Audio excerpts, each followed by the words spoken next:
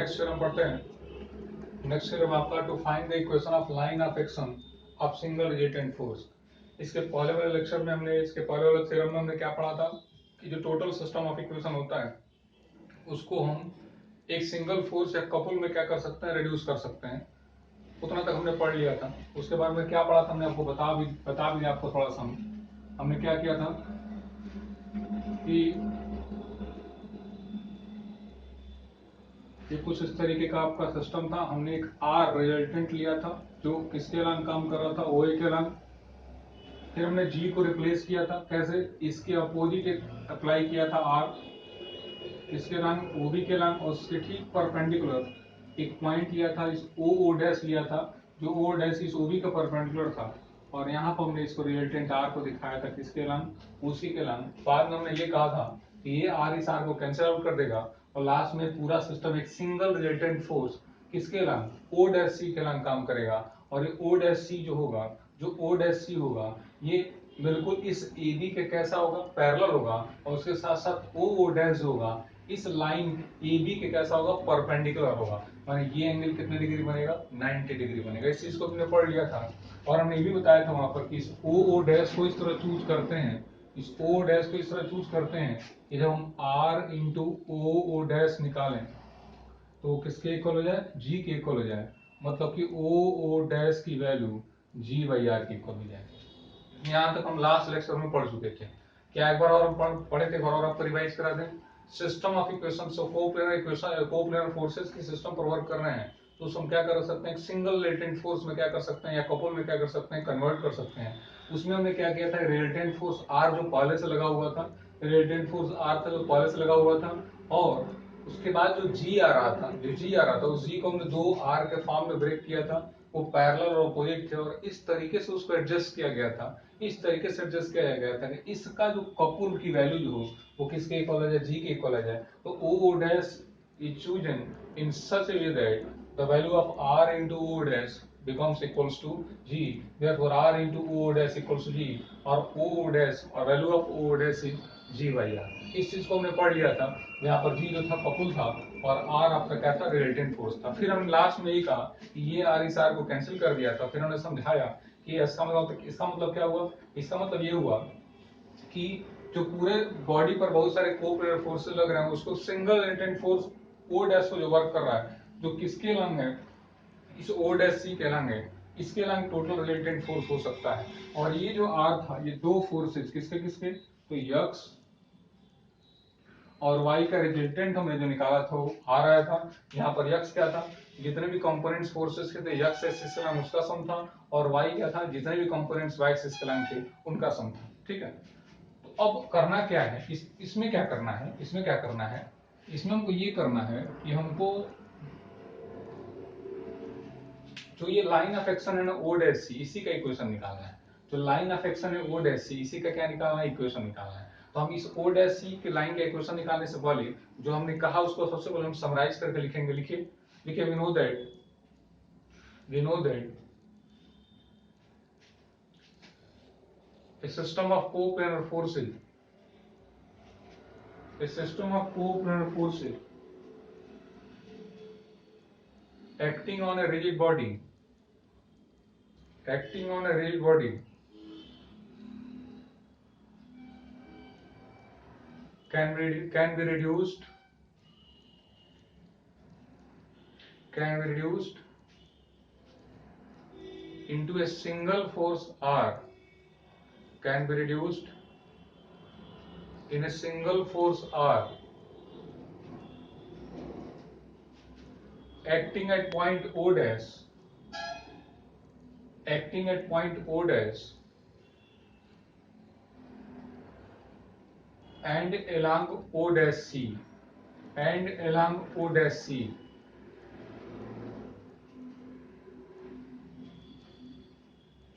and along O dash C, which is parallel to OA, which is parallel to OA, which is parallel to OA। आगे आगे लिखिए, we choose O dash, we choose O dash we choose O dash such that O dash is G by R. O dash is G by R.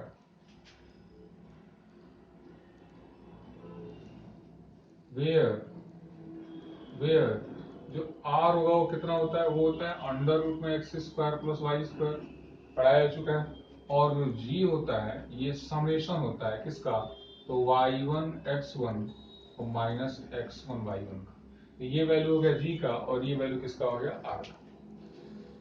अब देखिए एक चीज और हमने उसी जगह आपको पढ़ाया था कि यदि रिजल्टेंट इसके साथ थीटा एंगल बनाता है, रिजल्टेंट यदि x के साथ थीटा एंगल बना रहा है तो tan थीटा की वैल्यू कितनी थी, तो tan थीटा की वैल्यू थी आपकी x by Y. tan theta की वैल्यू किसके इक्वल थी, x बाई वाई के इक्वल थी। तो नीचे लिखिए if resultant r makes an angle theta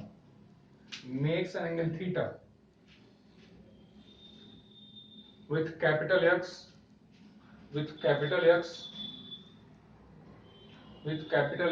then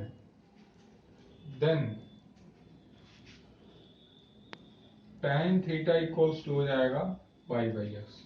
tan theta equals हो जाएगा y बाई एक्स। अब एक चीज देख लीजिए, हमको आगे जरूरत पड़ेगी इसलिए हम यही निकाल दे रहे हैं। हमारे पास यदि tan थीटा दिया हुआ है तो हम आसानी से चाहें तो sin थीटा और cos थीटा की वैल्यू निकाल सकते हैं। कैसे, तो पाइथागोरस थ्योरम आप पढ़ चुके हैं, कुछ नाम नहीं दे रहे हैं, ऐसे डायरेक्ट लिखेंगे।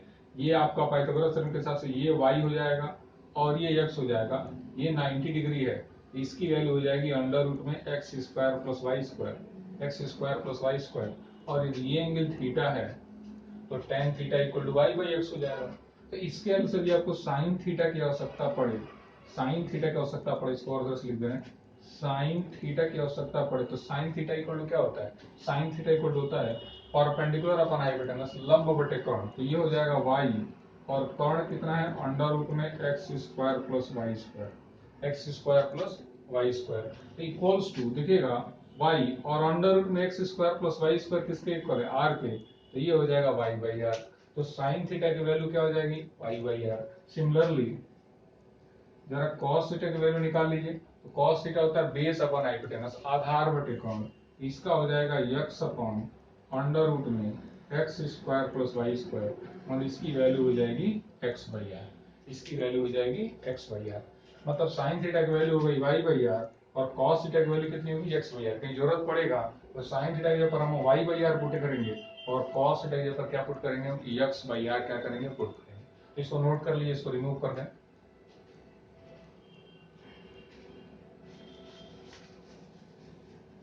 हमको करना क्या है, फिर से आपको बता दें, हमको इस लाइन का इक्वेशन निकालना है, इस ओ डैश सी का इक्वेशन। तो ये लाइन का इक्वेशन निकालने के लिए हम लाइन के कई सारे फॉर्म पढ़ चुके हैं। हम लोग क्लास 11 12 में तो लाइन के कई सारे रूप, मतलब रेखा के समीकरण के कई सारे रूप पढ़ाए गए थे। एक आपका था इंटरसेप्ट फॉर्म, जिसको अंतःखंड रूप कहते हैं। यदि वो रेखा एक्स अक्ष पर ए, वाई अक्ष पर बी अंतःखंड कट करती है तो उस रेखा का समीकरण हो जाता था x by a plus y by b बराबर 1। उसको अंतःखंड रूप या इंटरसेप्ट फॉर्म कहते हैं। फिर ऐसे ही कई सारे रूप आपको पढ़ाए गए थे। उसमें लास्ट में एक लंब रूप पढ़ाया जाता है, नॉर्मल फॉर्म ऑफ लाइन। और नॉर्मल फॉर्म ऑफ लाइन जो होता है, लंब रूप का समीकरण होता है, आपको याद होगा, तो वो होता है x cos alpha plus y sine alpha equals to p. यही उस रेखा का समीकरण होता था। तो क्या होता था, x cos alpha plus y sine alpha equal to कितना होता था, पी होता था। ये आप ध्यान रखेंगे। ये रेखा का कौन सा समीकरण है, लंब रूप समीकरण है। यही उस रेखा का समीकरण था। तो हम करेंगे क्या, इस रेखा का, इस ओ डैश सी जो रिजल्टेंट है, इसका समीकरण हम नॉर्मल रूप में लिखेंगे।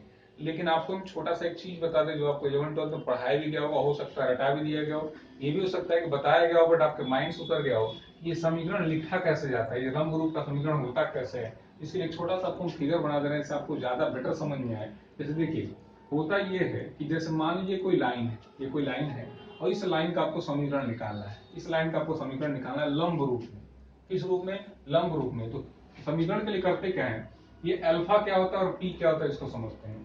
ये मूल बिंदु है ओ, ये आपकी रेखा हम करते क्या है, इस मूल बिंदु से इस पर ड्रा करते हैं लंब। और मान लीजिए इसके लंब जो है, उस लंब का इक्वेशन और लंब का जो मापन है, चाहे लंब की लंबाई जो है वो ए मान लीजिए, वो किसके इक्वल है, पी के इक्वल है। पी क्या है, मूल बिंदु से इस रेखा पर डाला गया लंब है। ई क्या है, ओरिजिन से इस लाइन पर ड्रा किया गया परपेंडिकुलर है। और यदि ये परपेंडिकुलर इस एक्स एक्सिस से, बिल्कुल ध्यान से सुनिएगा, यदि परपेंडिकुलर इस एक्स एक्सिस से यदि अल्फा एंगल बना रहा हो, ध्यान से सुनिएगा, अल्फा क्या है, इस परपेंडिकुलर के द्वारा एक्स एक्सिस से बना हुआ एंगल अल्फा हो, तो उस लाइन का समीकरण, उस रेखा का समीकरण हो जाता है लंब रूप में x cos alpha plus y sin alpha बराबर पी। तो अल्फा और पी क्या है, इसको पहले कंफर्म कर दे। पी क्या है, मूल बिंदु से इस रेखा पर ड्रा किए गए लंब की लंबाई है, और मूल बिंदु से इस लाइन पर ड्रा किए गए परपेंडिकुलर की लेंथ है। और पी क्या है, ये परपेंडिकुलर एक्स एक्सिस से जितना एंगल बनाता है वो अल्फा है। तब इस केस में ये एंगल हो जाता है x cos alpha plus y sin alpha equal to p. उसी के समीकरण के हेल्प से हम इसका इक्वेशन लिखने का प्रयास करेंगे। तो सबसे पहला काम देखिए क्या करते हैं, ये पहले पता है कि ये परपेंडिकुलर है, ये रेखा ऐसे भी हो सकती है, इसको मिटा देंगे अभी। ये रेखा ऐसे होती तो क्या करते हैं, ये रेखा ऐसे होती तो क्या करते, इससे इस पर लंब डालते, इसकी लंबाई को देखते पी, और फिर यहां से यहाँ के कोण को किससे दिखाते, अल्फा से। तो वो तो x cos alpha plus y sin alpha और पी। तो ये थीटा है और ये लंब है, तो ये एंगल अपने आप कितना हो जाएगा, ये एंगल हो जाएगा पाई बाई टू माइनस थीटा। ये एंगल कितना हो जाएगा, पाई बाई टू माइनस क्या हो जाएगा, थीटा।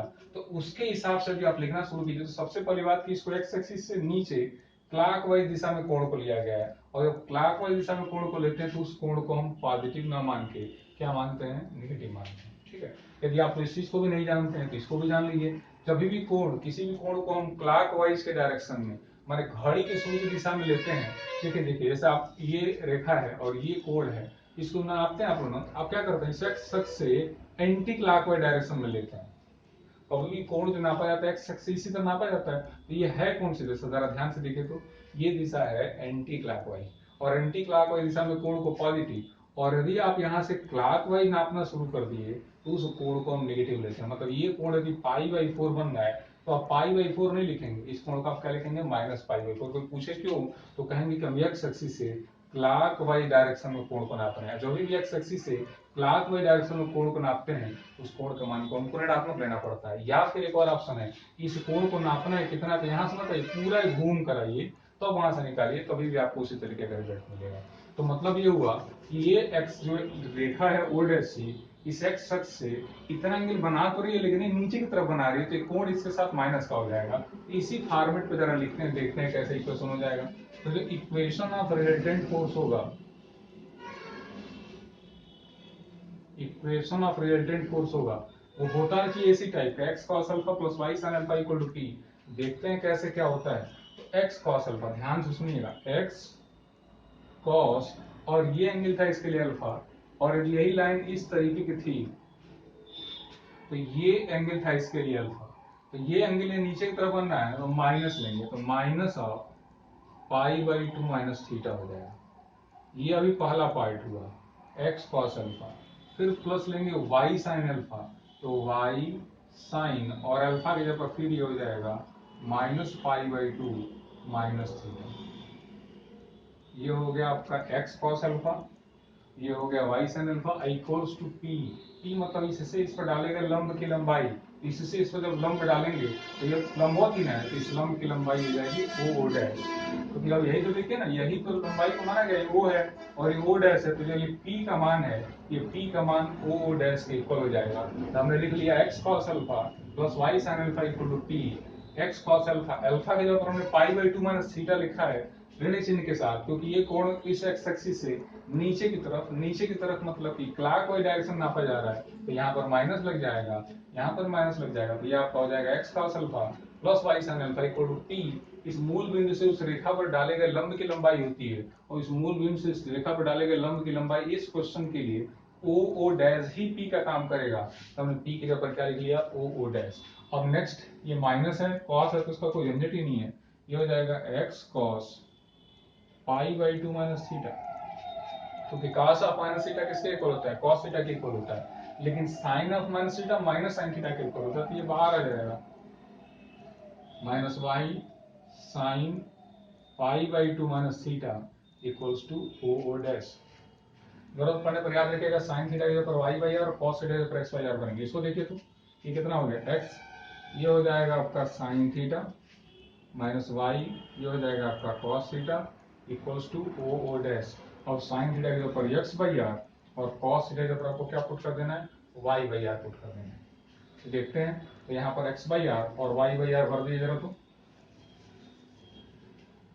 कितना था साइन थीटा के ऊपर,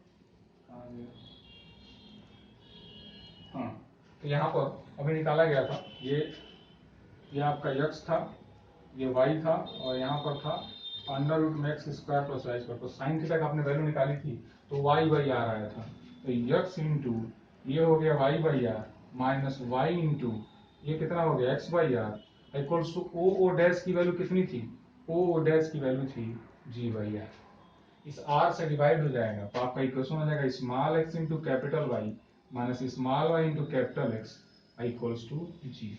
ये इक्वेशन हो जाएगा आपका इस रिजल्टेंट का, तो किसके इक्वल हो जाएगा, तो वो हो जाएगा small x into capital Y minus small Y into capital x equals to क्या हो जाएगा जी। देखिए, तो जैसे आप रेखा का समीकरण लिखते हैं तो इसी टाइप का आता है, A X plus B Y equals to C, तो यहाँ पर ए बी कांस्टेंट होते हैं, तो ऐसे एक्स वाई यहाँ पर कांस्टेंट है, और सी की जगह पर मान लीजिए क्या आ गया जी, तो रेखा का समीकरण एक्स वाई में क्या आ गया, X Y minus Y X equal to G. यहाँ पर एक्स क्या है, जितने भी इस एक्सिस के अलावा सभी कंपोनेंट्स थे उनका सम है, जो y क्या है, कैपिटल Y क्या है, इसके अलावा जितने भी कंपोनेंट्स थे y1 y2 y3 dot dot उसका सम है, और ये आपका रिलेटेंट का इक्वेशन होगा। एक बार फिर सुन लीजिए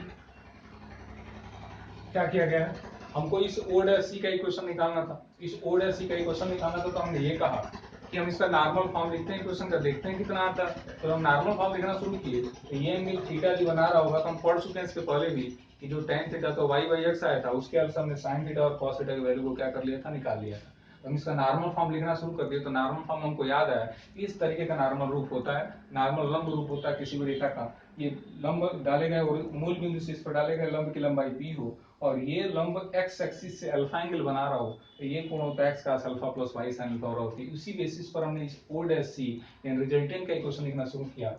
आप मन करते हैं यहाँ पर ओ डैश सी हिंट के लिए लिख सकते हैं, इसका रिजल्टेंट का इक्वेशन लिखना शुरू किया, तो एक्स कॉस अल्फा ये नीचे की तरफ बनना था, तो इसको माइनस के साथ लगाना पड़ा, प्लस वाई साइन अल्फा, और पी इस मूल बिंदु से इस पर डालेगा लंब की लंबाई, तो जब ये लंबवत है तो डेफिनेटली यही लंब की लंबाई हो जाएगी ओ डैश। हमने सभी मान को भर दिया, और हल करने वाली वैल्यू आ गई एक्स वाई, जो साइन थीटा और कॉस थीटा निकाला तो उसको भर दिया, x into y minus Y into x equal to capital ji.